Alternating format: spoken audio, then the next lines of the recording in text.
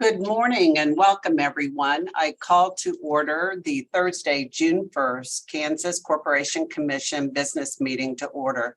I'm Susan Duffy. I'm serving as chair of the commission. I'm joined by fellow commissioners French and Keene. On today's agenda, we have 33 consent items. We have 2 noticed items, and we will have a discussion on SPP. It's our quarterly update. So let's go to the consent agenda. Commissioners, you have had an opportunity to review the consent agenda. Are there any questions or comments? And I'll start with Commissioner Keene. None for me, thank you. And Commissioner French. No questions. I move approval of the consent agenda. Second. There is a motion and a second to approve the consent agenda. All those in favor, please vote aye. Aye. Aye, the motion passes. Thank you. Our next item is a noticed item. It's docket number 23 EKCE 775 RTS. It is in the matter of the joint application of Evergy Kansas Central Inc., Evergy Kansas South Inc., and Evergy Metro Inc. for approval to make certain changes in their charges for electric service. This is an order on petition to intervene of Atmos, Kansas Gas Service, and HF Sinclair of El Dorado. Our presenter today is Mr. Brian Fedotin, our general counsel. Mr. Fedotin. Yes, good morning, commissioners. On May 17th, HF Sinclair El Dorado Refining LLC, or HF Sinclair, filed a petition to intervene. On May 24th, Evergy filed a motion to limit HF Sinclair's intervention to Evergy Central issues. On May 18th, Atmos Energy Corporation and Kansas Gas Service filed a petition to intervene. And on May 24th, Evergy filed a motion to limit the gas utilities intervention to the specific issues identified as their ground for intervention. In this order, the commission denies both motions of Evergy to limit the scope of the gas utilities and HF Sinclair's intervention because Evergy Central and Evergy Metro chose to file a joint application in a single docket, and there are many common facts among the applicants.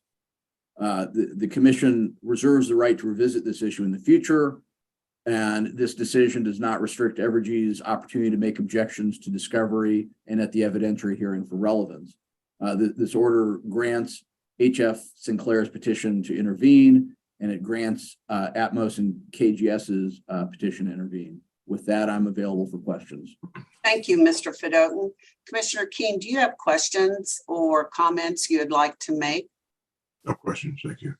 And Commissioner French. No questions. I move approval of the order. Second. There is a motion and a second to approve the order. All those in favor, please vote aye. Aye. Aye. Aye, the motion passes. Thank you, Mr. Fedotin. Thank you. The next item is docket number 21 EPDE 330 GIE. It is in the matter of the investigation into Empire District Company doing business as Liberty regarding the February 2021 winter weather events as contemplated by docket number 21 GIMX 303 MIS. This is an order on joint motion to approve a settlement agreement. And our presenter today is our Assistant General Counsel, Mr. David Cohen. Good morning, Mr. Cohen. Good morning, Commissioners. Before you is an order approving unanimous settlement and the Empire winter weather docket. In November of 2022, Empire, also known as Liberty, originally proposed to recover its $10.8 million in extraordinary fuel costs from Winter Storm Uri with a monthly charge of $7.32 over a 13-year period. On March 31st, 2023, Liberty, staff, and CURB filed a joint motion to approve a unanimous settlement agreement. The agreement reduces the carrying charge on the amount from the requested 8.8% to 5.71%, which changes the monthly customer charge from $7.32 to $5.37. Like other agreements, this comes with an annual true-up and provision that there's relief in the form of litigation or profit disgorgement that'll be passed along to the customers. Parties also agree to good faith discussions regarding a gas hedging plan. The order finds that the agreement meets the commission's three-part test for unanimous settlement agreements of being supported by substantial and competent evidence in the record as a whole. It results in just and reasonable rates and is in the public interest. I would note that this is unique among the settlements in Kansas in terms due to its length.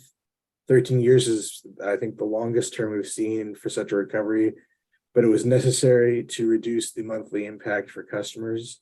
Essentially, Empire doesn't have as many customers in Kansas, and this was necessary to spread the cost over the customers they had and have it be a reasonable and affordable monthly charge. And I'm available for questions.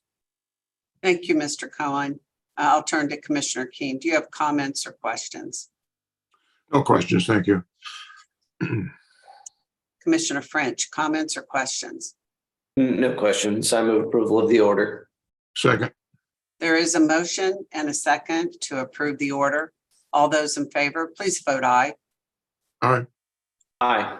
Aye, the motion passes. Thank you, Mr. Cohen. Thank you. Our next item is a discussion item, and as we have requested a quarterly update on Southwest Power Pool activities. Our presenter today is Sherry Feist Albrecht. She is our SPP work group consultant. Good morning, Sherry. How are you? I believe you're on mute.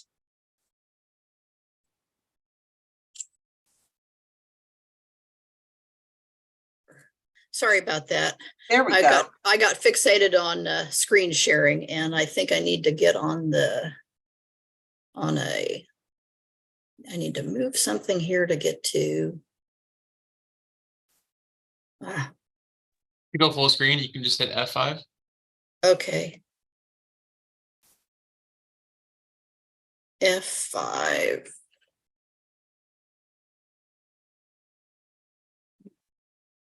Turn on a light so I can see what I'm doing. Did that go? We're still seeing your deck over on the Oh. left-hand side Okay. is, I always, let's see. Sean, can you eliminate the deck?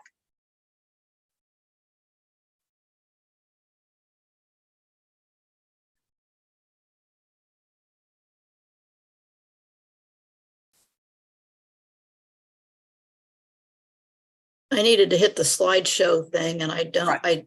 I missed, it's covered up by something else and I don't know how to uncover, I don't know how to move that. Oh, there we go. Here we go. I can get it now Okay, from beginning. Here we go. Sorry about that. that's all right. All right, very good. Now we all see it. Yep. All right. All right. Well, I'll go to the next slide. Good morning. Sorry about that. Good morning, Chair and Commissioners. This is the quarterly SPP update to report on the April 2023 meetings, which were conducted on April 24th and April 25th for both the RSC, the joint stakeholder meeting, and the SPP Board of Directors and Members Committee meeting. The agenda really for both meetings, the RSC and the board meetings, was relatively light. There were only a couple of voting items on the RSC agenda that had to do with the newly created Resource and Energy Adequacy Leadership Team. I will get into the details of those voting items in a couple of slides. I'll just gloss over this one for now. The RSC business meeting also included the first quarter financials, which beginning the new year just indicate basically travel and expenses, which there's plenty of budget left.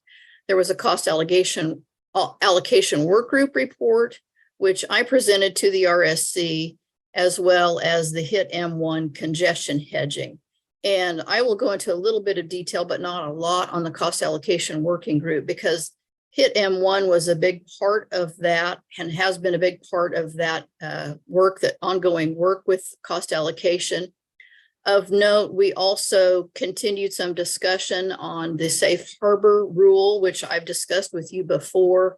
It's a rule that's been in place. It provides an opportunity for load responsible entities to seek regional funding for certain projects. And it is composed of certain criteria, two of which are under deeper dive consideration by the cost allocation working group this year. One of those is whether or not the 20% wind limit should continue in effect, and whether the 125% load limit also should be revised to consider, perhaps rather than nameplate capacity, resource adequacy considerations. And so the really only thing of note with regard to that is that in the past, the COG has done a deep dive every 5 years, and we receive sort of limited stakeholder response within the COG. So we did create a survey for the Market and Operations Policy Committee, which represents all the membership of SPP. And we gathered a good 20 comments, responses from 20 different entities, which basically confirmed that we do need to continue to work on these two elements in particular. There is an overwhelming desire, I guess, 85% of the respondents have a desire to maintain the safe harbor rule in place, but there were several suggestions made for considerations of the two that we are taking a look at. So it was confirmation from a broader group of the path forward. We will continue working on those two, and we have a COG meeting next week. We'll start honing in on the data requirements that we would like for SPP staff to develop for our July meeting. So that work is ongoing. HIT M1 is the other item before I get to HIT M1 that we took up in the April meeting of COG is, as you may recall, HIT C2 was approved. That's a waiver process that was approved by FERC, and Sunflower did file a waiver application to pursue that waiver for certain of their projects. We did in March or April have kind of what I would review as kind of an education session. Sunflower presented their request. Those members who had filed comments related to that request shared their concerns and made their comments known. We had a discussion about the application, and although it's outside this quarter, the COG did vote in May to approve the Sunflower waiver application on a vote of 9 in favor, 2 opposed, and 1 abstention. So that will next find its way to the RSC. And then HIT M1 congestion hedging. This is something that originated back in 2019. That work is ongoing. I will develop that discussion a little bit in more depth here in a few slides. The REAL team that is the Resource Energy and Adequacy Leadership Team. It's a committee that's composed of RSC members. It's considered to be an RSC subcommittee. It's got board members on it. It's got members on it, and representatives of other from groups that are responsible for resource adequacy, technical developments. The RSC approved the scope for the REAL team. And I've underlined the primary kind of actions that the REAL team is expected to take. And that's to assess the current resource adequacy construct. As we've discussed here before, that's something that is ongoing change and has been since last July with planning reserve margin increases, looking at study components for the loss of load expectation study for 2023, deficiency payments and all of that sort of all those kinds of issues related to resource adequacy. And part of the role of the group is to assess that construct, to anticipate challenges that might arise from the changing resource mix changes, extreme weather, increased demand, and the evolving consumer behaviors. And the responsibility is to provide guidance, to prioritize, and to make policy recommendations. And then also to take into consideration any applicable recommendations from the Future Grid Strategy Advisory Group and any initiatives that are identified in the SPP Resource Adequacy Roadmap. This is the composition of the REAL team. As I noted earlier, RSC members, board of directors, MC stands for Members Committee. We've got strategic planning committee members represented on that, as well as 3 COG members and 1 from the supply adequacy working group, whose primary responsibility is resource adequacy and the technical aspects of those changes. I do serve as a member of the REAL team. One of the other recommendations the REAL team made and that the RSC approved related to FERC's ELCC order, that's electric load carrying capability. It was issued on March 2nd.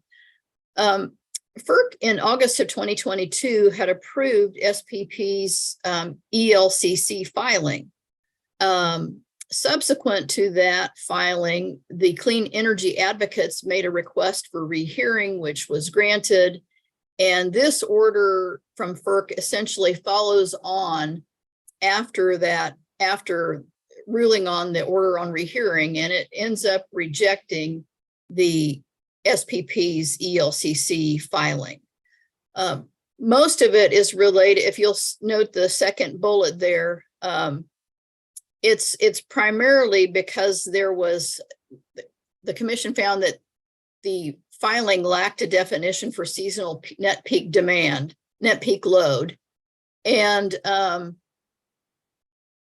there was a concern about notice and not meeting the procedures. And so FERC rejected the filing on that basis.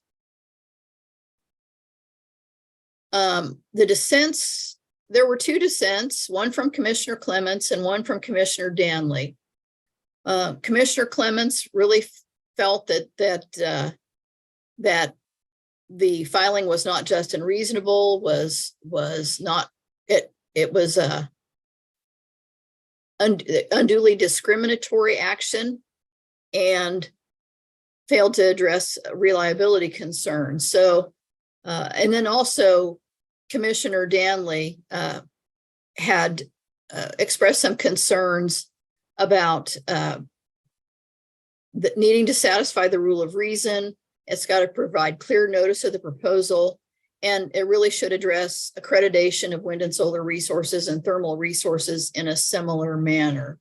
If you take a look at the slide notes I have prepared for, I believe it's slide 6, it details the clean energy, or slide 7, it details the Clean Energy Advocates complaints. And Sherry, just for clarity, I think Clements was a concurrence and Danley's was a dissent. okay, If I recall correctly, although I think they maybe expressed some similar concerns, or Danley Right. urged the any future filing to address Clements' concerns, but I just wanted to make that note. I think she voted for it, but definitely went beyond the majority opinion. right. Okay, thanks for that clarification. And so what ensued at SPP was a discussion about how to approach addressing this rejection in light of the fact that it was 2 to 3 years in making the filing, having all the requirements in place to make the filing initially. And also in July of 2022, SPP had approved a policy related to performance-based accreditation. And especially given the need to consider addressing accreditation for renewable resources and conventional resources in a similar manner, the question sort of became what to do. How do we approach this going forward? Do we make the filing separately? Do we make a filing together that addresses both? And so the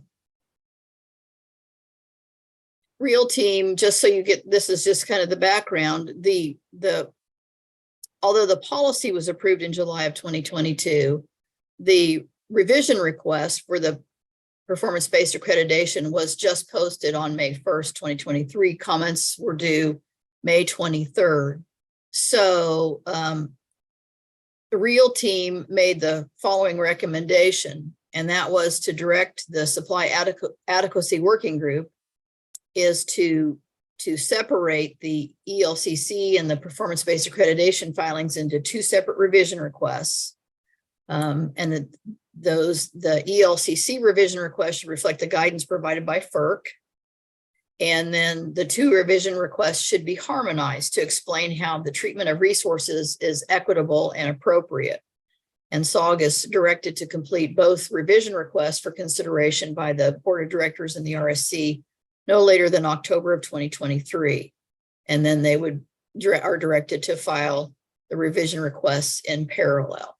So that was the Real Team recommendation, which the RSC accepted and approved, as did, as you'll see in later slides, the SPP Board of Directors. So that is what's ongoing now at SPP, is that revisions to the ELCC revision request, and also further developing the performance-based accreditation. It's completed its comments, so we'll start seeing that roll through, both of those roll through the stakeholder review processes. And Sherry, could I maybe just kind of sum up what I think has Sure. gone on in this issue and tee it up Sure. for any questions by the other commissioners? Sure. So, I think you all have a basic understanding of resource accreditation. I know we've done some education with SPP staff. They were nice enough to come here and talk. And accreditation, for those watching, is essentially just how we value different resource types or even specific units, and figure out how much of that unit we can count on when we need it most. And traditionally, over the last 10 or 15 years, from the beginning of when we had renewable energy, we've always accredited those on a performance-based or a historical performance basis. But when we talk about ELCC, that's a newer way of accrediting those resources, and probably a more accurate way. It gets even a bit more detailed. It looks at how much of those resources, nameplate capacity, what percentage of that can you really count on when you need it the most in the high risk hours. And so it's a very granular, data-driven process to figure out what amount you can rely on. It also has the important characteristic of recognizing that the more and more of one resource type, say wind, for example, that you put on the system, the less that next marginal resource probably adds to the reliability of the system, because those performance of those resources are pretty correlated. And so at a certain point, you're kind of maxing out what they're going to add. So that is the filing that Sherry referred to, that was rejected at FERC. I don't think they're rejecting the concept of ELCC. They rejected it on procedural grounds. The other reason they are indicating that they may be rejecting it is the differential manner in which SPP currently accredits thermal resources. We have in the past been, I would say, much easier on our thermal resources. We use what's called an ICAP method, and it is very close to just taking the nameplate capacity that a unit was rated at when it was built and saying that's what we can rely on. We have certainly learned through past experienced, definitely during Winter Storm Uri and other events, that taking the nameplate capacity of even a traditional resource is probably, well, we know it is not correct, that is not the number you can rely on at any one time. And so FERC definitely expressed some concerns. I know Commissioner Clements expressed concerns that we were implementing a pretty tough ELCC method for renewables versus taking the nameplate capacity of thermal resources. I think what maybe didn't get picked up in that order is what Sherry had mentioned, which is we are moving toward a performance-based accreditation method for thermal resources. But there is some debate, and probably the biggest debate going on at SPP on accreditation right now is what that performance-based accreditation should look like. Should it be comparable to the ELCC that we apply to renewables, where you're looking at past performance, but you're also looking at correlated outages and how these units perform in high risk hours? There's an argument that it should be the exact same accreditation method for all resource types. I think there's also arguments that we don't have the data we don't have 40 years of operating data and to accredit those resources in the same way that we do renewables. And so we are having this discussion of what performance-based accreditation looks like for thermal resources. I think there's broad agreement that we need to move toward a backward-looking performance-based accreditation to try to figure out what we really have. I mean, we don't want to stick our head in the sand and not know. We need to know, but we're trying to figure out what the right method is. And as Sherry said, I think the idea and the recommendation that the real team gave is that how we accredit renewables and how we accredit thermal, those methods should be harmonized as much as is practical or feasible, that they should be on an equal footing. Now that doesn't mean they get the same percentage. A wind farm may be rated at 15%, a solar farm may be rated at 45%, and a gas plant may be rated at 80%, all using the same method. But hopefully the process you use to identify their reliability value to the system is somewhat on equal footing so that nobody is being unduly discriminated against. So I just say all of that to give you all the background on the debate, because I think it is an important issue. It's one of the most important issues to me coming up, because I really think we have to know what we have from a resource mix standpoint. And while there could be a cost to us of finding out that we need more capacity, I think it's better to know that rather than to stick our head in the sand and have a winter storm Uri every 3 or 4 years and to act like we had no idea that this was coming. So to me, it is much better for us to have the information of what capacity we have and what capacity we can rely on, and then we can use that information to find out what level of risk is acceptable and what we want to do about it. So Sherry, I'm sorry for apologizing. I just wanted to make sure I highlighted all of that for the commissioners. No, I appreciate that additional color and context for that. Sure. Can I insert a question right here? Sure. So I would agree with that yes, the discussion needs to be had and we need to move forward even though there is disagreement. It's my understanding that MISO is much further ahead of us in this discussion. And are we taking advantage of the fact that they're much further ahead than us and looking at how they've resolved this issue? I mean, we're not in isolation. And so am I incorrect in that assumption that they're further down the road? They may be further down the road in some aspects. I don't know that I would generalize that broadly. the supply adequacy working group is taking a hard look at both what they need to do to respond to FERC's concerns with regard to the ELCC tariff revision as well. And then given the commentary and the concurrence and dissent, they are really taking a hard look at the performance-based accreditation. They've been discussing topics such as what is ERCOT doing? How is MISO handling this? They're looking at other RTOs, neighboring RTOs to see how those kinds of issues are being addressed.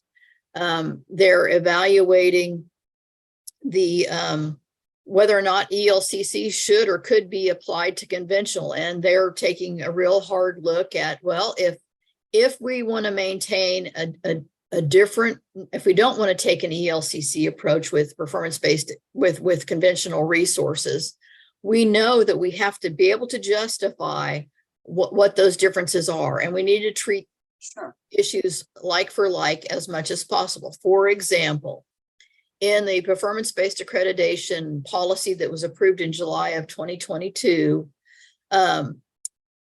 the forced outage rate calculation was going to be based on data the best 4 out of 5 years.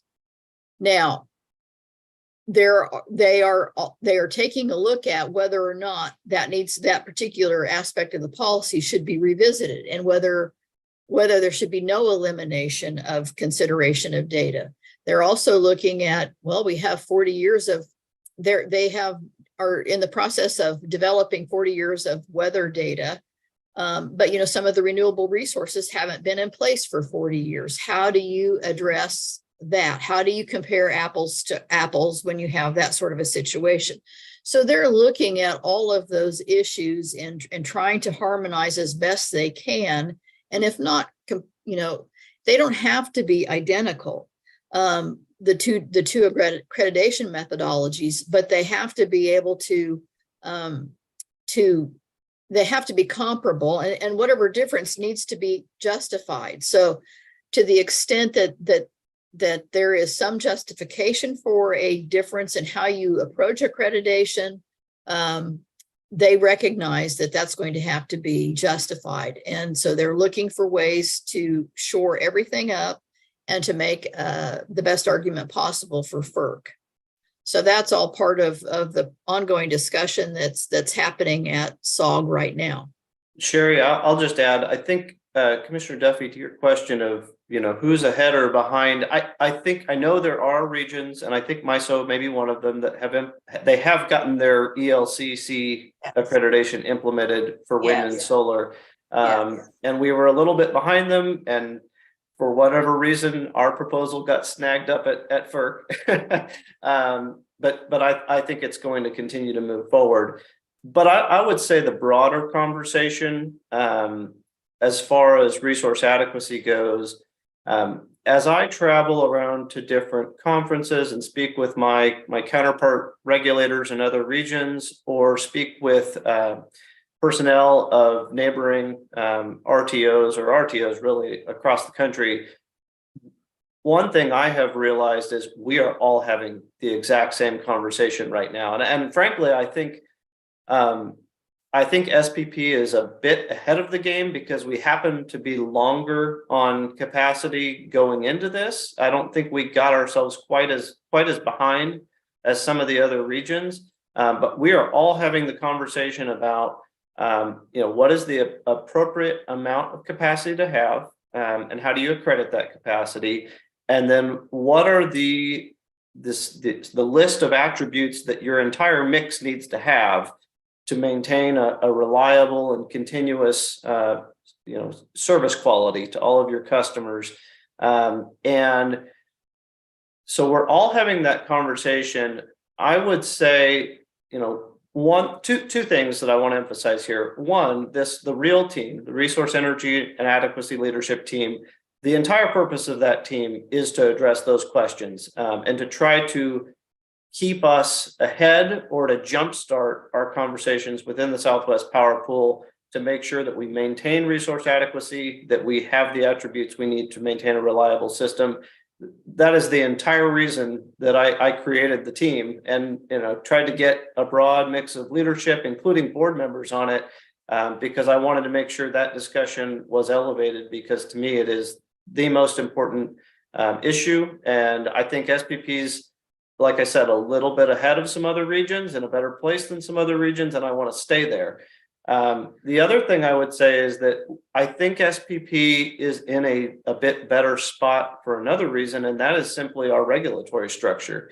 Where MISO, PJM, and others may have to rely on something like a capacity market, or I guess ERCOT doesn't even have a capacity market, they're an energy only market. We have the good fortune of having all vertically integrated utilities, and we simply set a planning reserve margin. We say, this is the amount of capacity that you need to carry. And eventually we may also say, these are the attributes that capacity is going to have to provide, something like ramping capability. And our utilities, then our load serving entities, have to go out and acquire that. There's no, we don't have to rely on a theoretical market to be able to solve that through a price that hopefully incents the resources we need. We have the ability, I believe, to move a little faster than other regions because of our position as vertically integrated utilities with traditional regulation. So I think there are some advantages working in our favor, but there's no secret. We've all gotten a little behind, and we're definitely playing catch up. We're trying to elevate the issues at the RTO level. And I would also further note that the REAL team, we are dividing into subgroups. We have a supply adequacy subgroup, we have a market subgroup, we have an operations subgroup. And we've divided up and are working on prioritizing the resource adequacy issues. And they've been assigned to each of the subgroups, which are going to start meeting in June. So the REAL team meets on a monthly basis, but the subgroups have the flexibility to meet a little bit more frequently and to bring back some of their recommendations to the full REAL team to advance through the stakeholder process. Okay, and then let me ask you, from the REAL team, are they reporting directly to the RSC or the board of directors? I'm unclear where they are to respond. They are reporting to both, I think. Yep, they were created by the RSC or by myself, but the scope that we gave them and we approved is that they will report their recommendations directly to the RSC and the board. So I have a hard time foreseeing a time where the RSC and the board would disagree, but we wanted to make sure that either entity, who both have filing rights at FERC, could receive the recommendations and make an action based on the REAL team's recommendations. So they have no true power. Theirs is to report forward. And then it's my understanding they will disappear. This is more of an ad hoc group for these matters. Is that correct? It is ad hoc, but it is not set to automatically disappear. It is set to last for at least a year, but it will not dissolve until the RSC votes to dissolve it. I think there is no way it only lasts 1 year, right? Based on the scope of activities they have before them. I think it's at least a 2 to 3 year effort. I think there is certainly some thought, and I've heard from stakeholders that they think this is an important strategic body, and they think because of the importance of resource adequacy in the future years, as we have this changing generation mix and we have increasing electrification, increasing demand, I've heard from folks that I think there will be some appetite to have this type of group exist in some form for a long time. So it's probably not a 1 year deal. It's at least a multi-year board. Any other questions on REAL team? Okay. Well, we'll go ahead and move forward on HIT M1 congestion hedging. HIT HIT M1 arose out of the whole HIT process that kind of came to a conclusion with a report that was made in 2019. And it has to do with congestion hedging, but in particular, it was concerned about maybe modifying the market design to implement counterflow optimization. And so that's how it started out. There was quite a bit of stakeholder pushback over time. SPP undertook an evaluation by an outside consultant, Nexent, after which there were a series of HIT M1 workshops, stakeholder meetings. So 2020 through 2022, there was a lot of background work going on, trying to figure out a way to reach some consensus on what needed to happen regarding congestion hedging. So after all of that, SPP moved from making a specific counterflow optimization design recommendation to developing a set of 9 recommendations to just overall improve the congestion hedging aspects of market design. COG, this has been an ongoing discussion for most of this year at COG. I think the issue is kind of brought to us this year. It's been ongoing with other stakeholder groups, but we took some straw polls in 1 month, and then finally in April, we did take a vote on the 9 proposals that SPP staff had advanced. We unanimously approved 7 of those recommendations. However, staff has presented this as a kind of a package deal. 2 of the proposed modifications, one of them was a recommendation to reset the long-term congestion right awards every 10 years, because there's about 25% of load responsible entities that are not getting any long-term congestion right awards at all. And they were awarded without any kind of a limitation other than for as long as the load responsible entity had the capacity resource and online and being used and operated. They were eligible to receive those awards for the life of that unit. Well, because some of these are a lot of long-term resources, and the new resources coming on weren't given the opportunity to receive awards, the recommendation was to just reset them all every 10 years.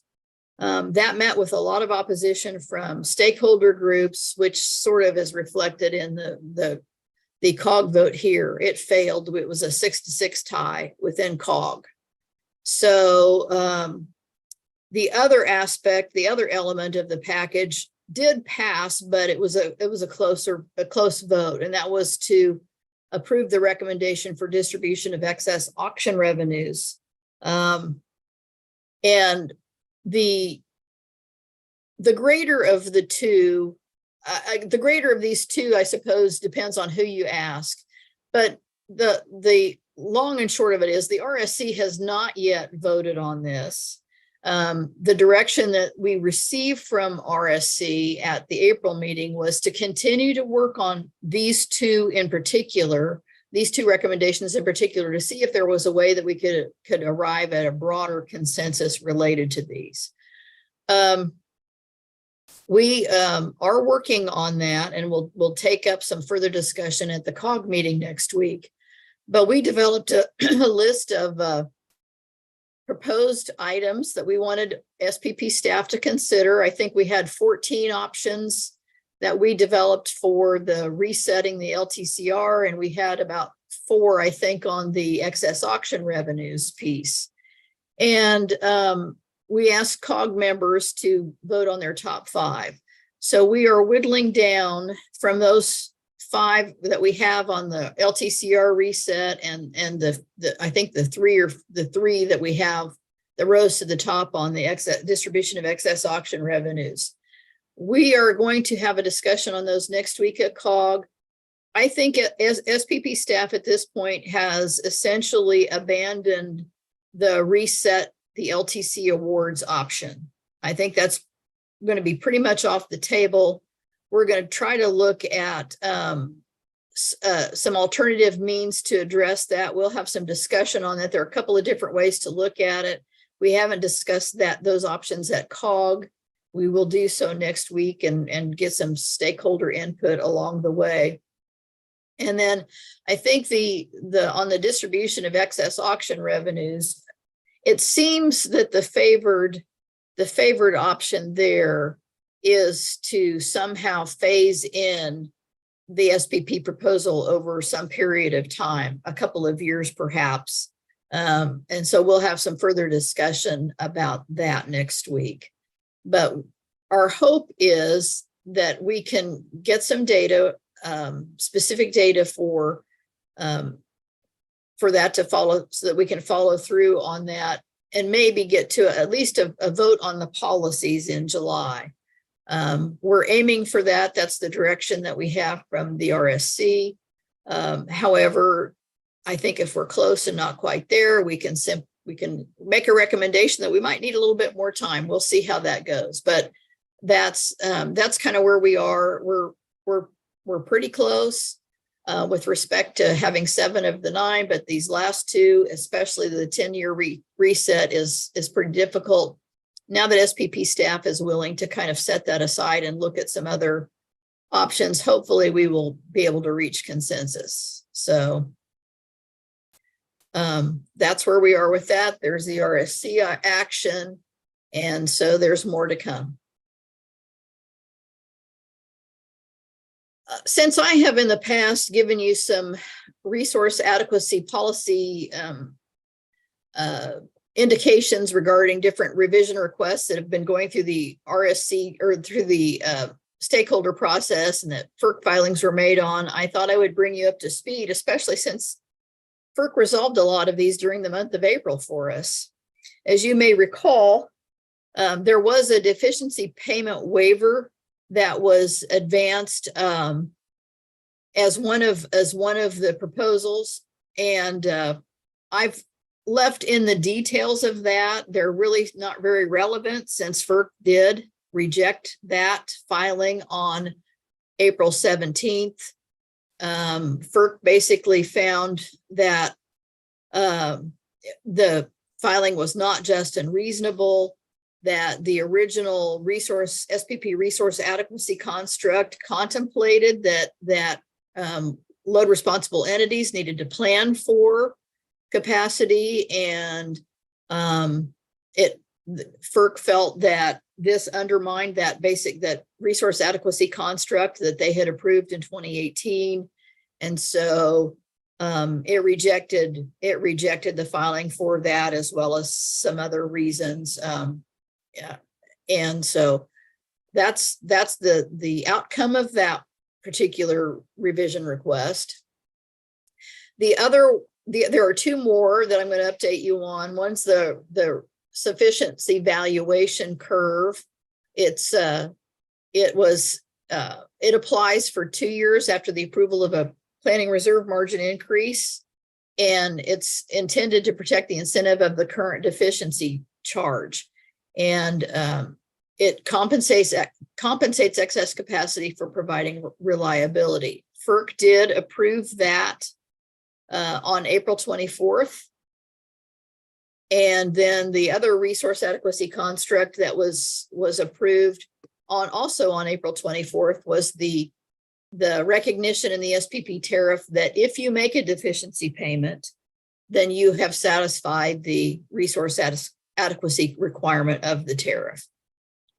So those are what's been addressed by FERC in the meantime.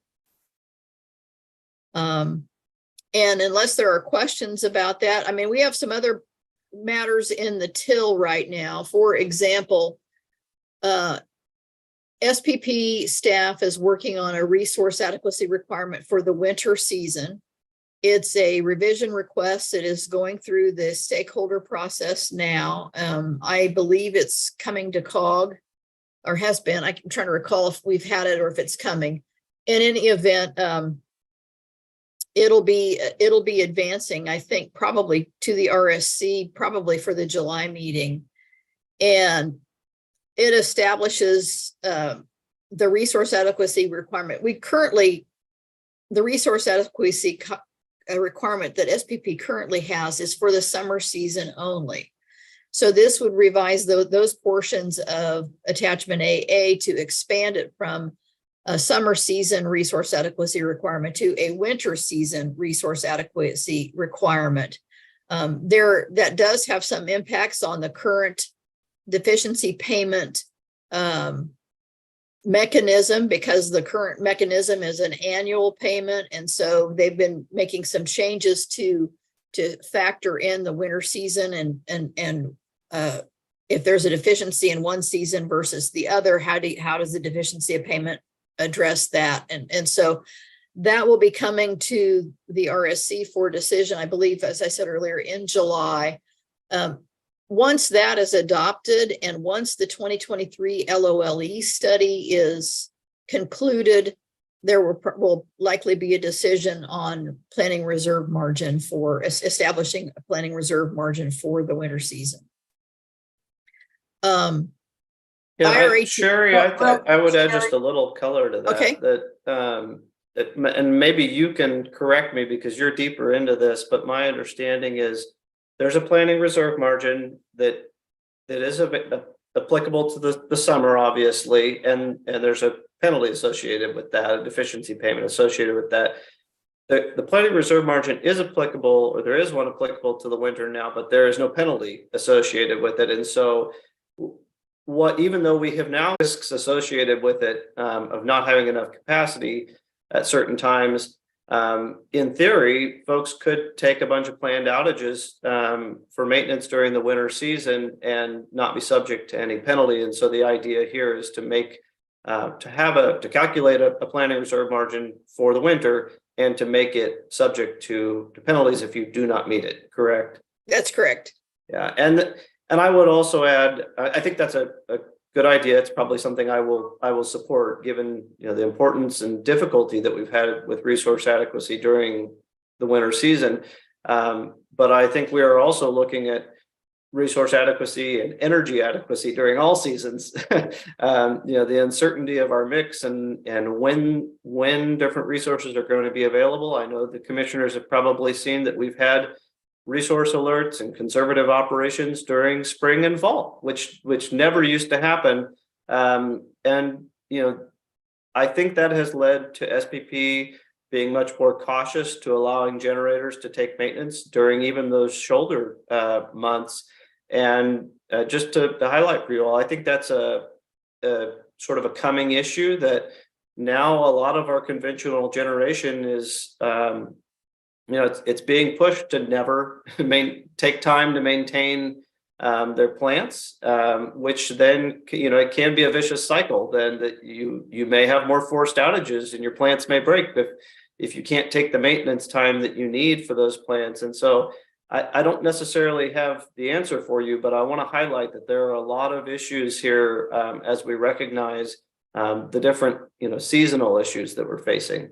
Sherry, I don't know if you have anything to add to that. It's just, I think some of that's important to get out on the table. So No, I agree. Go ahead, Commissioner. Can I just ask, Sure.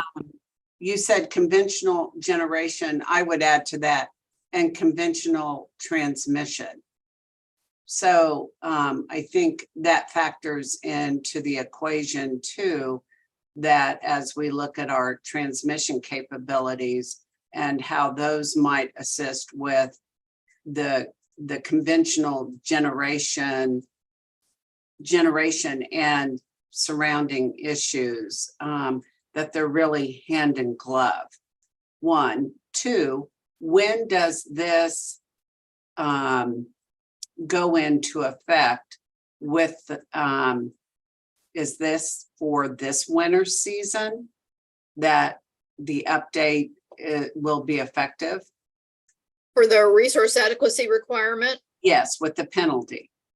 It's going to have to be approved by the RSC and the board, hopefully Right. in the July round of meetings. Then then it'll have to be, that revision request will have to go to FERC for approval. And I think the time frame there, John, I don't think it'll be in place for this upcoming winter season. I don't know that for sure. I'd have to take a look at the revision request to see what the anticipated deadline is. And I haven't looked for that particular piece of information, but I can and will get that to you. I would appreciate it because I do think there is some sense of urgency here.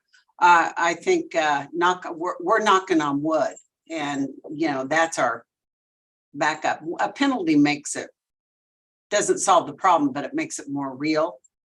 Right. So I think that we've got we don't have anything, and I think sense of urgency, they should be feeling that as well in terms of their response. All right, thanks. And it may very well be scheduled for this upcoming winter season. I just don't recall off the top of my head. So I will double check and let you know. All right, thank you.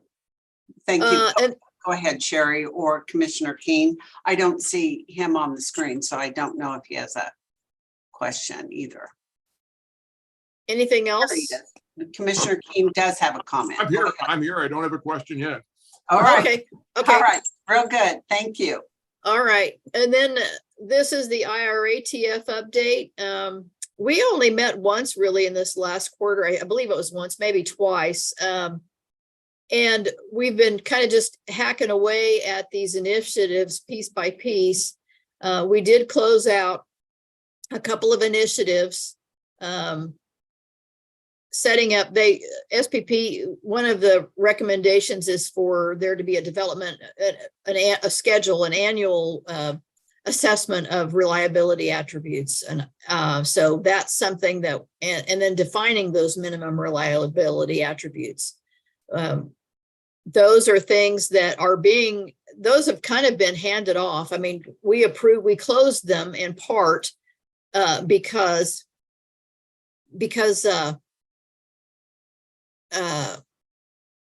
some of those are going over to the REAL team for some further development. We've identified specific reliability attributes that we think we need a little bit more direction on, and some of those do fall within the scope of some of the subgroups that the REAL team is going to be working on, like ramping capability for one of them is something that'll be considered, just as an example. The scoping, there were some scoping initiatives related to scoping the seasonal summer and winter LOLE studies for some, considering some additional scenarios and some other data. So, and analyzing and how to analyze the outages in that study. That 2023 study is ongoing. The scope has been approved and took into consideration those IRATF recommendations. So we closed out those initiatives. The plan is for IRATF to sunset by the end of 2023.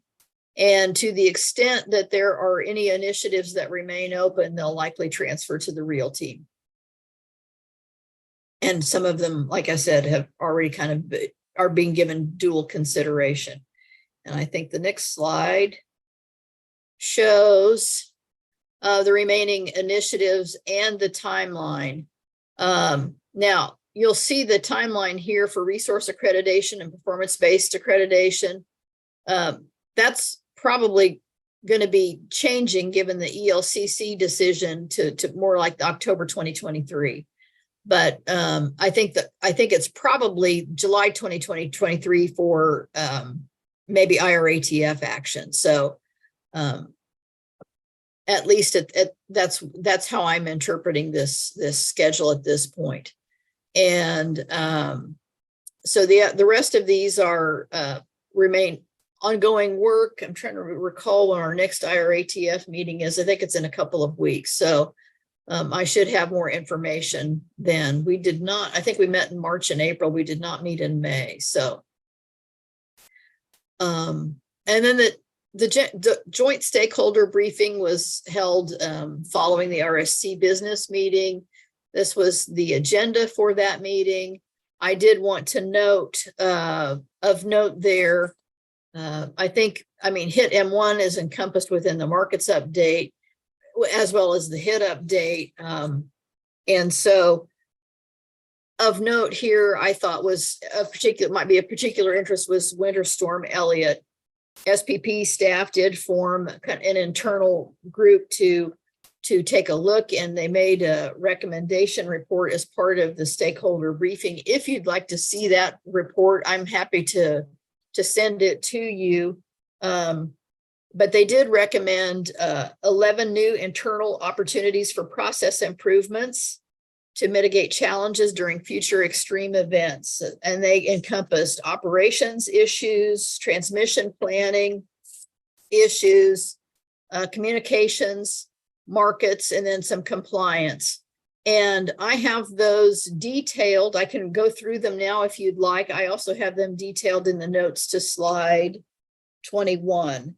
And they are detailed in the presentation that was made to the joint stakeholders. So if you would like a copy of that, I'm happy to provide that information.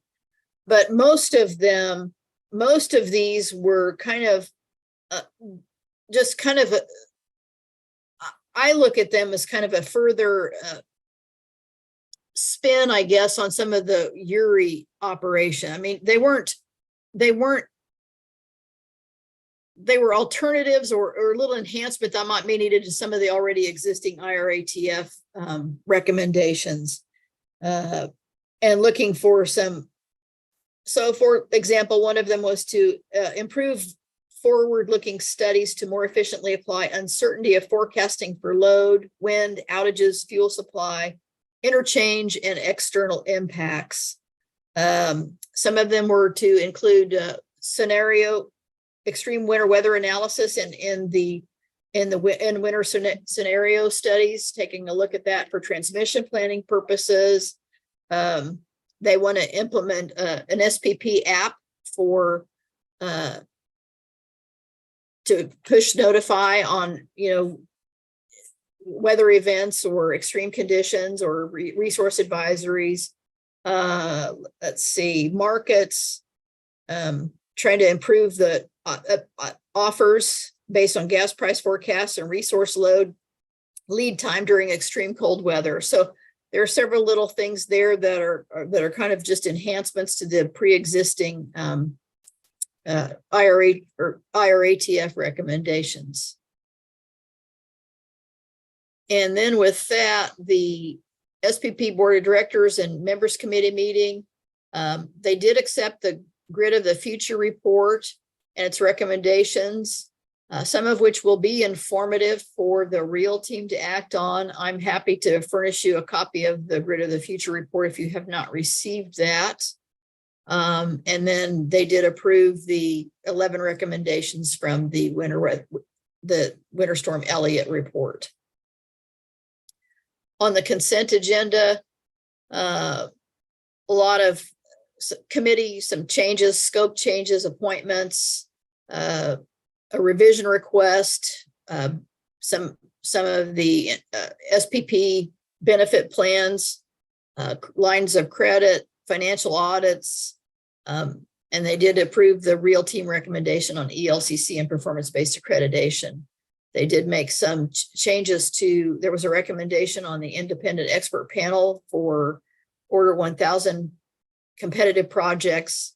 And then I think there was a cost increase on a particular upgrade and a sponsored upgrade that they approved by consent. FERC update, HIT C2. As I mentioned earlier, Sunflower has filed an application that is currently on appeal in the DC Circuit Court of Appeals by a couple of different parties. And I don't know what the outcome, I don't know what the timing is on that. So, but it is on appeal. And then there was a complaint that was filed challenging SPP's resource adequacy construct. It was filed on February 10th of 2023. And the complainants were claiming that the planning reserve margin is unlawfully excluded from the tariff and asked the commission to direct SPP to include it in the tariff. And absent that relief, they were asserting that the commission should order the removal of the deficiency payment scheme from the tariff. FERC did deny that complaint on May 3rd. So that challenge to the construct and the PRM it currently exists in the planning criteria, and it will remain there. And I believe that's, JTIQ. As you know, I think the SPP and both SPP and MISO staff are working hard on developing joint operating agreement changes and tariff provisions to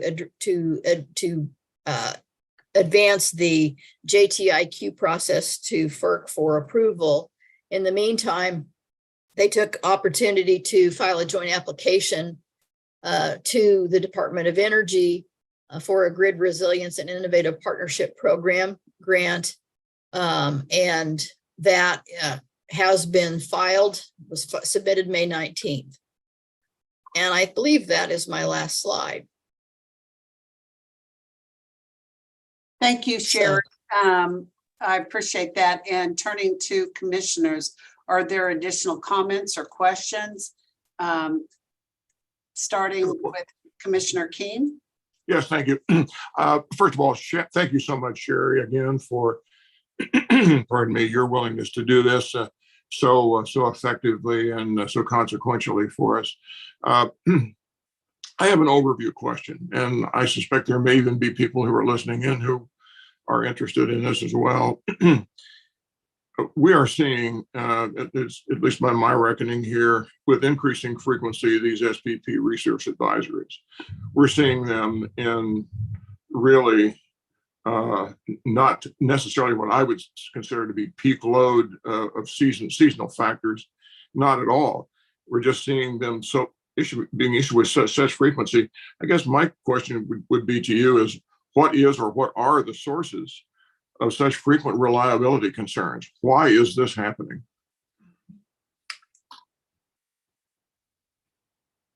Well, I think some of it has to do with accreditation of the resources.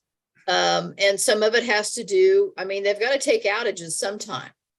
And trying to figure out, that's probably one of the biggest issue areas of concern to most stakeholders is if you have equipment that needs to be maintained, you need to be able to maintain it, and you need to be able to, they're looking at ways to figure out how to schedule outages, how to maybe shorten the time period for those outages, that sort of thing. But a lot of times I think it has to do, historically, outages were believed reasonable to be taken in the shoulder months, in the fall and the spring. And that's when folks tended to schedule them. And so there's that. Some of the issue has to do, I think, with they're also looking at multi-day commitments for some of those long lead time resources and figuring out a way to enhance that process to eliminate some of that concern or availability due to those concerns. I'm trying to think. There's probably a whole laundry list.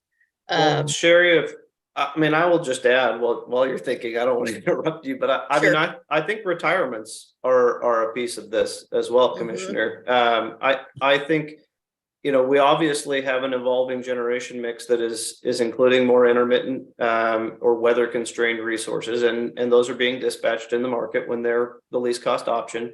And I don't think that's been a problem maybe over the last 5 or 10 years, because you had so much additional conventional capacity that could be turned on and off, and you had enough additional capacity that much of it could go on planned outages and you didn't really notice it. It was able to, some of the fleet was able to go on outage, and the rest still had enough ramping capability or fast ramping capability to still be balancing the system. And I think there is just no doubt that, and this has been confirmed, with some of the most recent NERC reports, that retirements are the retirements of conventional resources are sort of the driving issue toward some of our reliability challenges right now. And there is no doubt that is why I think there's got to be an initiative that looks at the attributes of the system and make sure we're maintaining a system that has those attributes that are able to keep it balanced at all hours. And so I just wanted to make sure that didn't go unsaid. I think, planning outages is sort of the moment to moment issue right now, but I don't think that, I think that has only become the issue because you have less of a cushion than you had in past years. Sherry, have I said that wrong? No. Are you counting nuclear as part of your conventional resources, Commissioner French? I would say it is a conventional resource. It is a thermal resource. It is probably not something you would talk about being a ramping resource. And I may be a little over my skis right now, but it's not, it's going, and it's going at the full tilt at all times. 24/7. Yeah, it has a lot of value, but it's not generally there to ramp up and down. So I'm not sure that I would put it in the same bucket as certainly as something like a CT natural gas unit. Right. Can we go back? Pardon me. Could we go back to full screen instead of the screen share? So we I'll can take it off. See everybody. Okay, thank you, Sharon. There we go. Okay, there we go. All right. Pardon me, Chair Duffy, you were saying something. I interrupted. No, I just wanted that further definition because I do think whether you count it or not, the retirement of some of our nuclear facilities nationwide has compounded the problem to which you're asking questions. One of the, did I interrupt? I'm sorry. Were you finished? Okay. Well, I appreciate the take that both you gave, Sherry, and Commissioner French as well, because it was where I was headed. I think that the prime suspect here, if we're going to round up the usual suspects, as they say, would be the pace of the retirement of thermal resources. That can be, if that pace is too far ahead of its time, then we're going to be in really serious trouble with reliability. And I think it's a contributing factor right now. That's just a surmise on my part. But I had another question, and I think probably because of Commissioner French's role on the Regional State Committee, it might be best directed to him. It's an SPP question that really arises out of our recent order in the NextEra line siting docket. That was 23-585 docket. In particular, within the conclusion part of the commission's order, there was an acknowledgement of the recommendation that had been made regarding SPP and communication with SPP by our staff witness, Leo Janos, in connection with the timeliness of allowing states the opportunity to participate in both the RFP process and potentially even within the IEP process with respect to developing routing parameters. So, and I think the commission pretty much endorsed the recommendation that Leo had made. I certainly endorse it as well. So I guess my question really is, in terms of follow-up, how do we anticipate that there's going to be this contact developed with the SPP with regard to this matter? How's that going to be initiated and or monitored? Is there going to be some formality associated with requesting the consideration of such a large issue? Well, I'll give you my 2 cents. I'm not sure it's an RSC issue as much as it's a Kansas Commission issue, but I'll give you how I sort of see this playing out. I think we need to have a discussion with our staff, and I would then rely on them to provide some outreach to SPP that we've taken this action in our order. I personally think I need more education on what our options are. I think that's what we've anticipated with opening a docket to potentially develop siting parameters. So my thought is that we would make SPP aware that we are opening a proceeding to that end. I would be hopeful that they might participate in that proceeding. Then once we have a decision there, then that is the appropriate time to express that to the Southwest Power Pool. I also think there is, by way of education, I'm just speaking personally for myself, because the competitive bidding process and the industry expert panel, they're processes I'm aware of, and obviously more knowledgeable of than an average person, but they are not within the RSC's areas of authority, because the RSC does not do transmission planning. I think there's an opportunity for us to potentially request an educational session or a work session where we could bring the Southwest Power Pool in to educate us on what those processes are. And we could ask questions about where we perceive there may be gaps or opportunities for more input into the process. And so that might be an additional first step as we formulate what we want to propose to them. So those are just some thoughts off the top of my head. But I think my first thought is, if we are going to have a proceeding to develop routing parameters or to decide whether we want to develop routing parameters, I think they need to be made aware of that so they can track our thinking on that issue. Commissioner, I might add that I envision that we will write them a letter, include a copy of our orders so that they are aware. We first need to establish the awareness, and I want to do that in a very formal manner. So it is on the record that we did let them know, here's our order, include your dissent as well. And then at that point, we need to open up a docket with everyone adding their requests to include in the body of study of this docket. There may be pieces and parts that would require more educational process, but absolutely in that formal letter to the SPP, we want to invite them to participate. To leave them out would not make any sense at all. But this is something that is front burner. I want to get the letter over there to them, and I want to get this docket open soon, not later, sooner. I know we have a lot going on, but this is really important. I appreciate that. I appreciate both the observations of both my colleagues here on this subject. I appreciate in particular too, Chair Duffy, the fact that you're anticipating a formal process. I think there needs to be a formal process. We need to have the formality there as far as it being initiated so we can monitor this also. I mean, I just don't want this to fall off the radar screen. And I do appreciate your comments as well, Commissioner. I see there as being two distinct tracks here, however. To some extent, they do interrelate.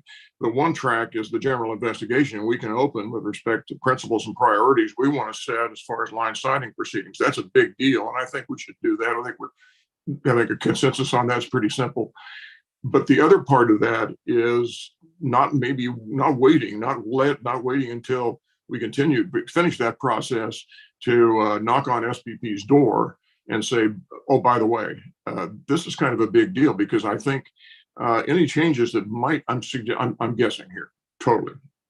Any changes that might come about as a result of recommendations we'd make to the SPP is going to involve quite a complicated process within the domain of SPP to bring in all of the different stakeholders that are going to want to opine about this and develop nuances with respect to how anything were implemented if changes were made. So I'm just concerned that we push this down the track. I appreciate your suggestion, Commissioner Duffy. Let's circulate whatever formality we have within the commission before we send it to the SPP. I appreciate that as well. I'm sure that's all part of the process. But Yes, that is. And yeah. I will assure you, I don't want this to become a very relaxed back burner item. We need to get this before us, staff, whatever bodies. And I think it has application beyond our borders, definitely. And I would add, though, I mean, I just a word of caution of moving too fast, because right now I don't know what we're communicating to them, other than the importance that they get our feedback.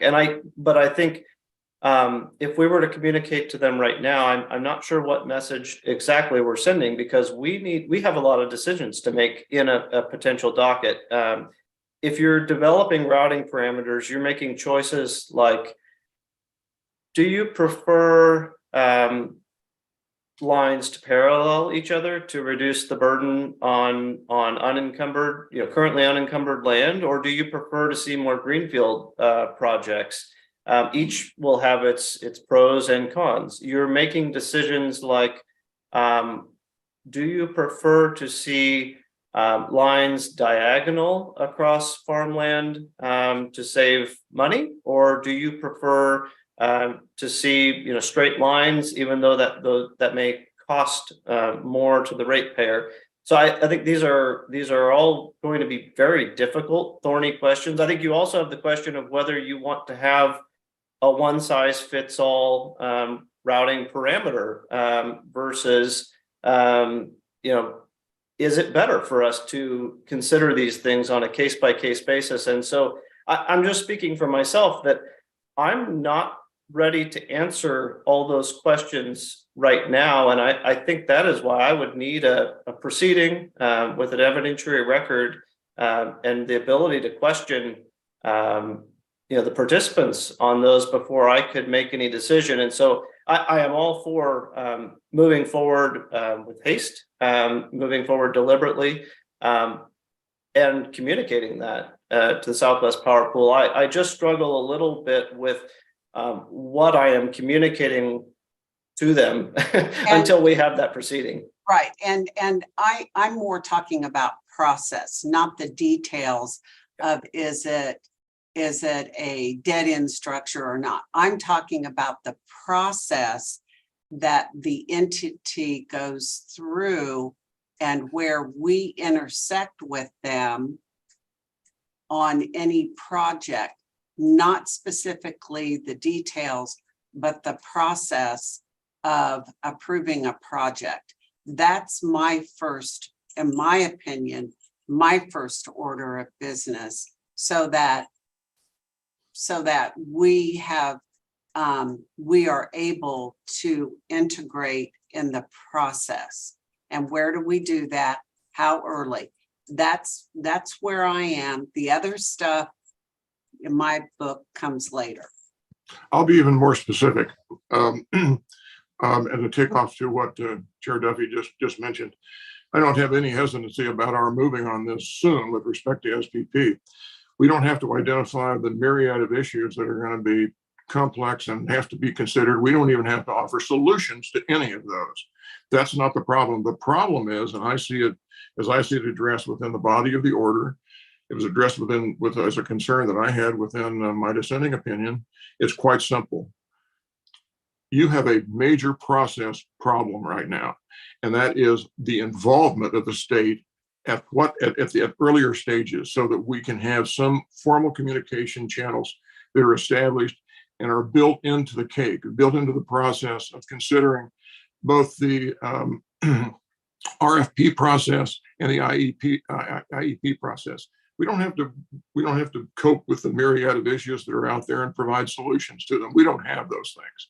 We can't divine that. But what we can do is say there's a problem here, and there's a problem here because the states are not being involved at the earliest phases or even the latter stages in the approval process. That is the message I think we need to send to them loud and clear. Okay, great. Any other questions of Sherry and Commissioner French, or other comments you want to make? Okay, I'm assuming we're done here unless I see somebody waving their hand, they want to comment further.